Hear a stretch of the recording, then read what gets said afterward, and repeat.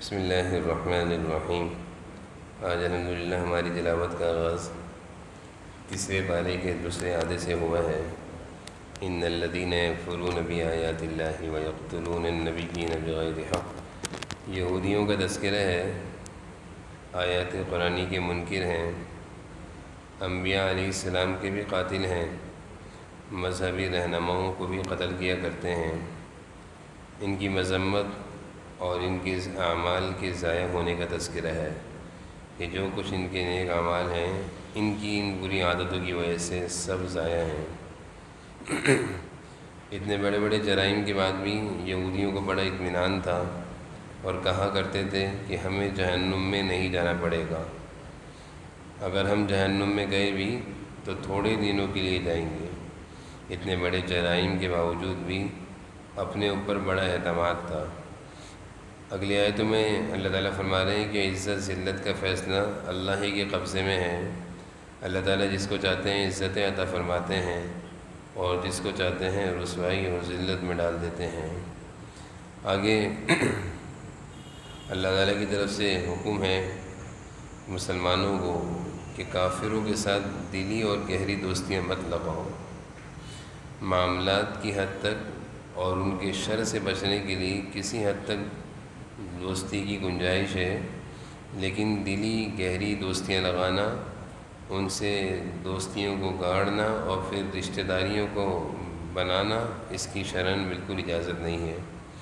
آگے اللہ تعالیٰ فرما رہے ہیں کہ اللہ کی محبت چاہتے ہو، مغفرت چاہتے ہو تو رسول اللہ صلی اللہ علیہ وسلم کی اتباع کرو۔ جناب نبی کریم صلی اللہ علیہ وسلم کی اتباع کرو گے، ان جیسا بننے کی کوشش کرو گے تو تم اس قابل ہو جاؤ کہ اللہ تعالیٰ تم سے محبت بھی کریں گے اور تمہاری مغفرت بھی فرما دیں گے۔ پھر اگلی آیتوں میں خاندانی عمران کا تذکرہ ہے۔ حضرت عمران جو کہ اللہ کے محبوب بندے تھے، اللہ کے نبی تھے، ان کی اہلیہ نے منت مانی تھی کہ اگر اللہ تعالیٰ نے مجھے بیٹا دیا تو اس کو بیت المقدس کی خدمت کے لیے وقف کر دوں گی۔ اللہ تعالیٰ نے بیٹی عطا کری۔ حضرت عمران کی انتقال ہو گیا تھا، حضرت عمران علیہ السلام کا انتقال ہو گیا تھا۔ یہ معصوم بیٹی، اس کا نام مریم رکھا تھا۔ اللہ تعالیٰ نے اس کو بیت المقدس کے لیے قبول فرمایا اور حضرت زکریا علیہ السلام کی پرورش میں آ گئیں۔ بچپن سے ہی بہت نیک خاتون تھیں اور غیر معمولی واقعات حضرت مریم سے ہوتے ہوئے نظر آتے تھے، اور تقویٰ بھی اعلیٰ درجے کا تھا، عبادت کا بھی خوب شوق تھا۔ ایک موقع پر حضرت زکریا علیہ السلام نے دیکھا کہ حضرت مریم کے سامنے بے موسم کے پھل رکھے ہوئے اور وہ کھا رہی ہیں۔ پوچھا کہ اے مریم، یہ بے موسم کے پھل یہ کہاں سے آ گئے؟ فرمانے لگیں کہ اللہ نے دیے ہیں۔ اللہ کی قدرت سے کوئی چیز بعید نہیں کہ وہ بے موسم کے پھل بھی کھلا سکتا ہے۔ کیا شان ہے ان خاتون کی! اس سے معلوم ہوتا ہے کہ اگر خواتین اور بچیاں نیکی اور تقوی کے راستے کو اختیار کریں تو اللہ تعالیٰ کی طرف سے ان کے ساتھ بھی ایسی مہربانیوں کا معاملہ ہو سکتا ہے۔ پھر اللہ تعالیٰ کی طرف سے جب یہ بے موسم کے پھل حضرت زکریا علیہ السلام نے ان کے پاس دیکھے تو حضرت زکریا علیہ السلام کی یہاں اولاد نہیں تھی، دل میں خواہش تھی کہ دل میں کہ بیٹا ہو۔ اللہ تعالیٰ کی طرف سے اللہ تعالیٰ کے سامنے اس موقع پر انہوں نے فوراً اپنی دلی خواہش کا اظہار کیا اور اللہ سے کہا کہ اے اللہ، جب تو بے موسم کے پھل دے سکتا ہے تو مجھے بڑھاپے میں اولاد بھی دے سکتا ہے۔ اللہ تعالیٰ کو ان کا دعا مانگنا اچھا لگا۔ اللہ تعالیٰ نے ان کی دعا کو قبول فرمایا، اور دعا مانگنے کا طریقہ اور سلیقہ بھی ایسے ہی ہونا چاہیے کہ اللہ تعالیٰ سے ایسے انداز میں انسان اپنی حاجت اور ضرورت کو رکھے کہ اللہ تعالیٰ اس کی ضرورت اور حاجت کو ضرور قبول کریں۔ اللہ تعالیٰ نے حضرت جبرائیل علیہ السلام کے ذریعے سے ان کو بیٹے کی خوشخبری عطا فرمائی۔ یہ تو اللہ تعالیٰ کی طرف سے قدرت کا نمونہ تھا کہ بڑھاپے میں اللہ تعالیٰ نے حضرت زکریا علیہ السلام کو بیٹا عطا فرمایا، لیکن اگلی آیتوں میں مزید اللہ تعالیٰ کی قدرت اس سے بڑی دکھ رہی ہے کہ بغیر والد کے اللہ تعالیٰ نے حضرت عیسیٰ علیہ السلام کی پیدائش کی۔ حضرت مریم جو کہ بیت المقدس میں پرورش پا رہی تھیں، حضرت مریم کو جب فرشتے کی طرف سے خوشخبری ملی، حضرت جبرائیل علیہ السلام نے آ کر خوشخبری دی کہ آپ کے ہاں بیٹا ہوگا، تو حیرانگی سے پوچھنے لگی کہ میرا بیٹا کیسے ہوگا جبکہ مجھے تو کسی مرد نے ہاتھ بھی نہیں لگایا۔ اللہ تعالیٰ کی طرف سے جواب ملا کہ اللہ تعالیٰ آپ کو اسی حال میں اسی طرح بیٹا دیں گے۔ پھر اللہ تعالیٰ نے حضرت عیسیٰ علیہ السلام ان کو عطا فرمائے، اور اگلی آیتوں میں حضرت عیسیٰ علیہ السلام کا تذکرہ ہے، ان کی نبوت کا تذکرہ ہے، اور اللہ تعالیٰ نے ان کو غیر معمولی معجزے عطا فرمائے تھے۔ تمام انبیاء علیہ السلام کو اللہ تعالیٰ معجزات عطا فرماتے ہیں، یعنی ایسی چیزیں ان کے ہاتھوں سے ہوتی ہیں جو عام آدمی کے ہاتھ سے نہیں ہو سکتی۔ یہی فرق ہوتا ہے ایک نبی میں اور ایک عام آدمی میں۔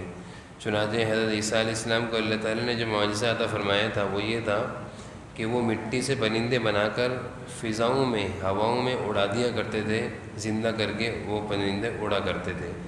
اسی طرح حضرت عیسیٰ علیہ السلام کے ہاتھ میں ایک معجزہ تھا کہ وہ مادرزاد اندھے یعنی نابینا، جو مادرزاد نابینا تھے، ان کی آنکھوں پر، ان کے چہروں پر ہاتھ پھیرتے تو بینائی آ جایا کرتی تھی۔ لیکن یہودی جو کہ ایک بدفطرت قوم ہے، حضرت عیسیٰ علیہ السلام کے اس قدر معجزات کو دیکھنے کے باوجود بھی ان کو اللہ کا نبی تسلیم نہیں کیا، بلکہ حضرت عیسیٰ علیہ السلام کو یہودیوں نے جھٹلایا اور ان کو جھٹلا کر قتل کرنے کی سازشیں کرنے لگے۔ یہودیوں کی سازش کو اللہ تعالیٰ نے ناکام کیا اور حضرت عیسیٰ علیہ السلام کو محفوظ رکھا اور آسمانوں پر اٹھا لیا۔ آج تک یہودیوں اور عیسائیوں کا دونوں کا عقیدہ یہ ہے کہ نعوذ باللہ حضرت عیسیٰ علیہ السلام کو سولی چڑھا دیا گیا تھا، جبکہ مسلمانوں کا عقیدہ اللہ تعالیٰ نے قرآن کریم میں یہ دیا ہے کہ حضرت عیسیٰ علیہ السلام کو زندہ حالت میں اللہ تعالیٰ نے آسمانوں پر اٹھا لیا تھا، اور قیامت سے قریب اللہ تعالیٰ دوبارہ ان کو زمین پر اتاریں گے اور وہ دجال سے اور یاجوج ماجوج سے لڑیں گے، اور حضور صلی اللہ علیہ وسلم کی شریعت پر عمل کر کے پھر ان کا انتقال ہوگا۔ یہ مسلمانوں کا عقیدہ ہے۔ آگے نجران کے عیسائی، ان کا ایک وفد جناب نبی کریم صلی اللہ علیہ وسلم کے پاس آیا اور حضرت عیسیٰ علیہ السلام کے بارے میں بحث و مباحثہ کرنے لگا، یعنی وہ اپنے دلائل سے حضرت عیسیٰ علیہ السلام کو اللہ تعالیٰ کا بیٹا ثابت کرنا چاہ رہے تھے۔ جناب نبی کریم صلی اللہ علیہ وسلم ان کو دلائل سے سمجھا رہے تھے، لیکن جب ان کی بات سمجھ میں نہ آئی تو آپ صلی اللہ علیہ وسلم نے ان کو مباہلے کا دعوت دیا، مباہلے کی دعوت دی۔ فنبتہل فنجعل لعنت اللہ۔ مباہلہ کہتے ہیں کہ حضور صلی اللہ علیہ وسلم کی طرف سے ان سے کہا گیا کہ تم بھی اپنے اہل و عیال کو لے کر ایک کھلے میدان میں آ جاؤ، اور میں بھی اپنے گھر والوں کو لے کر ایک کھلے میدان میں آ جاتے ہیں، اور پھر اللہ تعالیٰ سے دعا کرتے ہیں کہ جو باطل ہے، جو غلطی پر ہے اور جس کے دلائل صحیح نہیں ہیں، اس پر عذاب، آسمانوں سے کوئی عذاب اور کوئی مصیبت اتر جائے۔ عیسائیوں کے اس وفد میں ان کے کچھ مذہبی رہنما بھی تھے، ان کو معلوم تھا کہ غلطی پر ہم ہی ہیں اور یہ اللہ کے سچے نبی ہیں، یہ صحیح کہہ رہے ہیں، لیکن وہ زبان سے اقرار نہیں کرتے تھے۔ انہوں نے اس مباہلے یعنی حضور صلی اللہ علیہ وسلم نے جو ان کو مباہلے کی دعوت دی تھی کہ میدان میں آؤ، کھلی فضا میں آ کر اللہ تعالیٰ سے دعا کرتے ہیں، وہ اس سے پیچھے ہٹ گئے، اور ان کو یقین تھا کہ اگر ہم نے اس دعوت کو قبول کر لیا تو ہم پر اللہ کا عذاب ضرور آئے گا۔ آگے اللہ تعالیٰ نے تمام مذاہب کو ایک متفقہ کلمہ کی دعوت دی ہے، لا الہ الا اللہ کی طرف بلایا ہے۔ یہ وہ کلمہ ہے جو گزشتہ کتابوں میں، گزشتہ آسمانی کتابوں میں بھی اس کلمے کا تذکرہ تھا۔ اللہ تعالیٰ اسی کلمے کی طرف سارے مذاہب کے لوگوں کو دعوت دے رہے ہیں، لیکن یہود و نصارہ سب نے اس کلمے کو ماننے سے انکار کیا۔ اگلی آیتوں میں پھر یہودیوں کی سازشوں کا بیان ہے کہ ان کا ایک طبقہ، یہودیوں نے اپنے ایک طبقے کو، ایک چھوٹی سی جماعت کو تیار کیا اور ان سے کہا کہ تم اسلام قبول کرنا اور پھر بعد میں اسلام چھوڑ کر دوبارہ یہودی ہو جانا۔ چنانچہ ایک جماعت یہودیوں کی آئی اور انہوں نے حضور صلی اللہ علیہ وسلم کے ہاتھ پر اسلام قبول کیا، اور بعد میں وہ اسلام سے مرتد ہو کر دوبارہ یہودی بن گئے، اور پروپیگنڈا یہودیوں نے یہ شروع کر دیا کہ اگر اسلام سچا اور اچھا مذہب ہوتا تو یہ واپس اسلام چھوڑ کر یہودیت اختیار نہ کرتے۔ اللہ تعالیٰ نے ان کی اس پروپیگنڈے کی تردید کی ہے اور تنقید کی ہے، اور اللہ تعالیٰ نے اعلان کر دیا کہ اسلام ایک ہی مذہب ہے، اسلام ایک ایسا مذہب ہے کہ جس کے ماننے پر نجات ہے، اور اس کے علاوہ قیامت تک اب کوئی مذہب قبول نہیں کیا جائے گا۔ وَمَن يَبْتَغِ غَيْرَ الْإِسْلَامِ دِينًا فلن يقبل من، یعنی اسلام ہی پر اب نجات ہے اور یہی راہ نجات کے لیے ایک مذہب ہے، اس کے علاوہ اب کسی مذہب اور کسی شریعت کو قبول نہیں کیا جائے گا۔ آگے اللہ تعالیٰ فرما رہے ہیں کہ نیکی کی سب سے بڑی شکل اللہ تعالیٰ نے بتائی کہ جو پسندیدہ چیز ہو وہ اس کو اللہ کے راستے میں خرچ کرو۔ لن تنالوا البر، تم نیکی کو اس وقت تک نہیں پا سکتے، یعنی نیکی کے اعلیٰ درجے تک اس وقت تک نہیں پہنچ سکتے جب کہ اپنی ان چیزوں کو خرچ نہ کرو جو تمہیں سب سے زیادہ پسندیدہ ہیں۔ صحابہ نے جب اس آیت کو سنا تو حضور صلی اللہ علیہ وسلم کے ارشاد کے بعد اس آیت پر عمل کر کے دکھایا کہ فوری گئے کہ صحابہ میں سے جس کو جو سب سے زیادہ چیز پسند تھی کہ کوئی بہترین قسم کا اونٹ لے کر آ رہا ہے، کوئی بہترین قسم کا گھوڑا لے کر آ رہا ہے کہ یہ مجھے سب سے زیادہ محبوب ہے اور میرے مال میں سب سے قیمتی چیز یہی ہے، اس کو آپ اللہ کے راستے میں قبول فرما لیں۔ ایک صحابی آئے اور ان کا ایک بہترین قسم کا باغ تھا، بہت ہی خوبصورت باغ تھا، وہ انہوں نے حضور صلی اللہ علیہ وسلم کو لا کر پیش کر دیا اور کہا کہ مجھے یہ باغ بہت پسند ہے اور مجھے اس باغ سے بڑی محبت ہے، لیکن میں اللہ کے راستے میں نیکی کے اعلیٰ درجے تک پہنچنا چاہتا ہوں، میں اس کو اللہ کے راستے میں وقف کرتا ہوں۔ آگے بیت اللہ کی تعظیم کا تذکرہ ہے کہ دھرتی کی سب سے پہلی جگہ جو اللہ کی عبادت کے لیے مقرر ہوئی تھی وہ بیت اللہ شریف تھی۔ آگے اللہ تعالیٰ نے اہل ایمان کو سمجھایا کہ طاقت اور قوت کے لیے اجتماعی زندگی ضروری ہے۔ طاقت اور قوت کے لیے اجتماعی زندگی میں اتفاق اور تقوی، یہ دو چیزیں ضروری ہیں، یعنی آپس میں اتفاق ہونا اور تقوی کے ساتھ رہنا، یہ سب سے زیادہ محبت اور اجتماعی زندگی میں آپس میں قوت اور طاقت پیدا کرنے والی چیز ہے۔ باقی ساری شکلیں جو قومیت اور رنگ و نسل اور زبان کی بنیاد پر ہوتی ہیں، ان سے محبتیں قائم نہیں ہوتی بلکہ نفرتیں بڑھتی ہیں، یعنی رنگ و نسل اور زبان، تعصبیت پیدا ہوتی ہے ان چیزوں سے۔ آپس میں محبت کے لیے کیا چیز ہے؟ وہ تقوی ہے اور اسلام ہے۔ آگے اللہ تعالیٰ فرما رہے ہیں، آخرت کا تذکرہ فرما رہے ہیں اور پھر آگے فرمایا کہ نیک لوگ کل قیامت کے دن نیک لوگوں کا چہرہ جو ہوگا وہ چمکتا ہوا ہوگا، جبکہ گناہ گاروں کے چہرے بدصورت ہوں گے۔ یوم تبیض وجوہ وتسود وجوہ، کل قیامت کے دن نیک لوگوں کے چہرے چمکتے ہوں گے اور گنہگاروں کے چہرے پر بدصورتی اور پھٹکار اور غم ان کے چہروں پر دکھتا ہوگا۔ آگے پھر اللہ تعالیٰ نے اہل ایمان سے کہا کہ کافروں کو اپنا راز مت بناؤ، رازداں مت بناؤ، یعنی ان کو کوئی اپنا راز مت دو اور ان پر اعتماد مت کرو، اس لیے کہ تمہاری اچھائی انہیں بری لگتی ہے۔ اگر تمہیں کوئی تکلیف پہنچے تو یہ خوش ہوتے ہیں اور اگر تم پر کوئی اچھائی ملے تو انہیں تکلیف ہوتی ہے، اس لیے اہل ایمان کو اللہ تعالیٰ حکم دے رہے ہیں کہ ان کو رازدار مت بناؤ۔ پھر آگے اللہ تعالیٰ نے اہل ایمان کو سود سے روکا گیا ہے، سود سے روکنے کا حکم دیا ہے۔ پھر جنت کے بارے میں اللہ تعالیٰ فرما رہے ہیں کہ جنت اہل تقوی کے لیے تیار کی گئی ہے اور جو لوگ نیکی کے راستے پر چلیں گے ان کے لیے اللہ تعالیٰ نے جنت کو تیار کیا ہے، یعنی ان کے لیے ان کا ٹھکانہ جنت ہے۔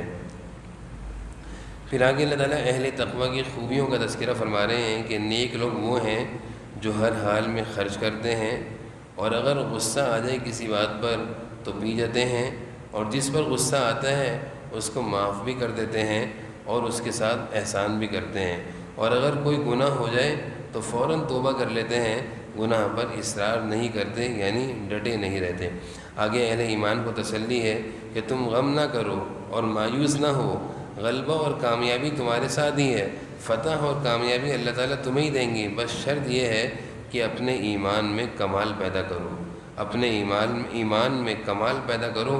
یہ ایمان جس قدر کامل ہوگا اور جس قدر مضبوط ہوگا، اللہ تعالیٰ کی مدد اور نصرت اور کامیابی اور فتح تم لوگوں کے ساتھ ہوگی۔ پھر اگلی آیت میں اللہ تعالیٰ غزوہ احد کا تذکرہ فرما رہے ہیں اور تفصیلی تذکرہ ہے۔ غزوہ احد میں مسلمانوں کو شکست ہوئی تھی اور بہت سارے صحابہ اس موقع پر شہید بھی ہوئے تھے۔ اللہ تعالیٰ مسلمانوں کو سمجھا رہے ہیں کہ میدان ہے، کبھی کافروں کو شکست ہوتی ہے اور کبھی تمہیں بھی شکست ہوتی ہے، اور پھر اس میں حکمت یہ ہے کہ اگر تمہیں ہمیشہ فتح حاصل ہوتی رہے گی تو شہادت کا مرتبہ کیسے ملے گا؟ شہادت کے مرتبے کے لیے تو ضروری ہے کہ تھوڑی بہت شکست بھی ہونی چاہیے۔ پھر میدان احد میں حضور اکرم صلی اللہ علیہ وسلم کے بارے میں یہ آواز آئی تھی کہ نعوذ باللہ اللہ کے رسول کو شہید کر دیا گیا ہے۔ تو بہت سارے مسلمانوں نے جب یہ خبر سنی تو وہ مایوس ہو گئے اور لڑنے سے پیچھے ہٹنے لگے، بلکہ بعض صحابہ نے کہا کہ اب تو جینے کا کوئی فائدہ نہیں ہے، اب تو زندگی کا کوئی فائدہ نہیں ہے۔ حضور صلی اللہ علیہ وسلم کی محبت اس قدر ان کے دلوں میں تھی تو وہ پیچھے ہٹنے لگے۔ اللہ تعالیٰ نے اس چیز کی اصلاح فرمائی اور فرمایا کہ تم سے حضور صلی اللہ علیہ وسلم سے پہلے بھی بہت سارے انبیاء علیہ السلام آئے، وہ بھی دنیا میں رہے اور بعد میں ان کا بھی انتقال ہو گیا، اور یہ حضور صلی اللہ علیہ وسلم بھی اللہ کے نبی ہیں، یہ تمہارے درمیان ہے اور بعد میں یہ بھی دنیا سے چلے جائیں گی، یعنی ان کا بھی انتقال ہوگا۔ کیا تم دین کو چھوڑ دو گے؟ کیا تم اللہ کو چھوڑ دو گے؟ اصل تو اللہ کی محبت ہے۔ آگے اللہ تعالیٰ نے اہل ایمان کو یہ تعلیم دی ہے کہ اپنے معاملات پر، اپنی زندگی پر نظر رکھا کرو، اگر کوئی کوتاہی ہو جائے تو اس پر اللہ تعالیٰ کی طرف سے معافی مانگا کرو۔ غزوہ احد کی جب شکست ہوئی مسلمانوں کو تو منافقین اس موقع پر کھل کر سامنے آ گئے اور ان کی زبانیں کھل گئیں، کیونکہ منافقین جو تھے یہ مسلمانوں کو احد میں لڑنے سے روک رہے تھے۔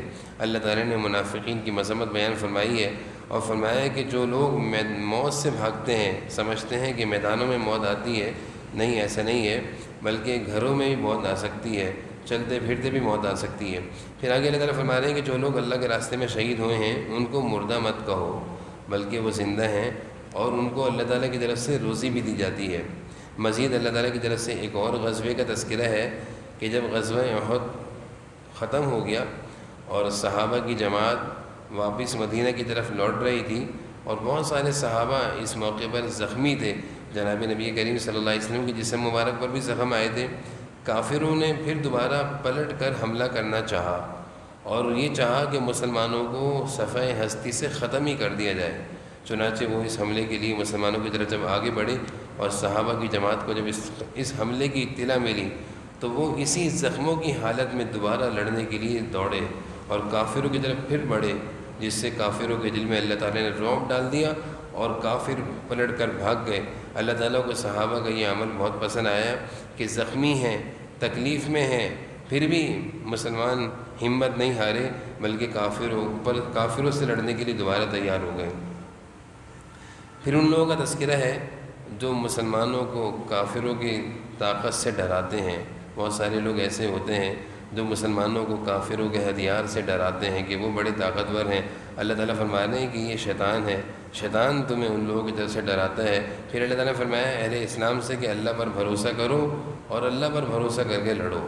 پھر ان لوگوں کی مذمت ہے جو مال جوڑ کر رکھتے ہیں، خرچ نہیں کرتے، اللہ تعالیٰ ان کی مذمت اور ان کی برائی بیان فرما رہے ہیں۔ پھر آگے اللہ تعالیٰ فرما رہے ہیں کہ دین کے کاموں کے لیے جو چندہ کیا جاتا ہے، اس چندے پر یہودی بڑا مذاق اڑاتے تھے، یعنی اللہ کے دین کی خدمت کے لیے بعض دفعہ مسلمان آپس میں پیسہ جمع کرتے ہیں تو یہودی مذاق اڑاتے تھے اور یہ کہا کرتے تھے لقد سمع اللہ قول الذین قالوا ان اللہ فقیر، نعوذ باللہ کہا کرتے تھے کہ اللہ ایسے لگتا ہے فقیر ہو گیا ہے جبھی مال اللہ کے لیے جمع کیا جا رہا ہے۔ اللہ تعالیٰ نے ان کے اس عمل کی مذمت بیان فرمائی ہے۔ پھر آگے اللہ تعالیٰ فرماتے ہیں کہ نیکی کے راستے پر چلنے والا چاہے مرد ہو یا عورت ہو، جو بھی نیکی کی زندگی اختیار کرے گا اللہ تعالیٰ اس کے اس عمل کو قبول فرمائیں گے۔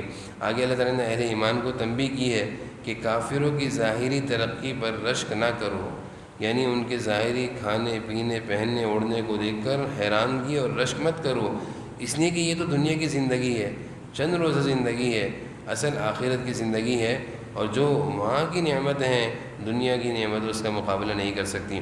پھر آگے اللہ تعالیٰ نے اہل ایمان سے کہا کہ دین پر مضبوطی سے جمے رہو اور اپنے دشمنوں پر نظر رکھو اور صبر اور تقوی کا اہتمام کرو۔ تم اگر صبر اور تقوی کا اہتمام کرو گے تو اللہ تعالیٰ تمہیں ضرور دشمنوں پر کامیابی عطا فرمائیں گے۔ الحمدللہ رب العالمین۔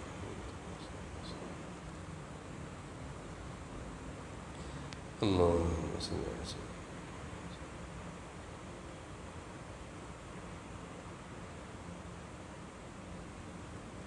صلی اللہ علیہ وسلم۔